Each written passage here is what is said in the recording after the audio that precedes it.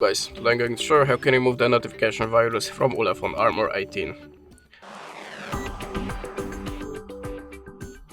So if you see something like that when you're trying to visit inside, or you have a lot of spamming pop-ups in the notification bar, that means you have a notification software. And we can try to remove it by two ways: system settings and antivirus app. So let's start from the first method. Let's open the apps in the settings and go to the CL apps. Now check all the apps on this list, and if you see something strange, the app that you had not installed by yourself, the app that you not recognize name, just find app like that, click on it and choose install.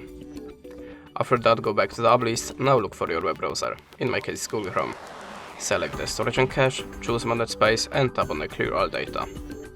After that, your web browser should be free from notification software. But you can also try to download antivirus app, so go to the Play Store and look for the best antivirus app for you. I'm gonna show you how to do it in the Avast. So, in this app, let's tap on the continue with ads and choose green circle. Now you have to click OK and activate the switcher to add a permission to the files. Then go back, scanning process shall start automatically, and after that your phone shall be free from any unwanted software that you have on your storage. And that's it. Thanks for watching, leave us a like or a comment, and goodbye.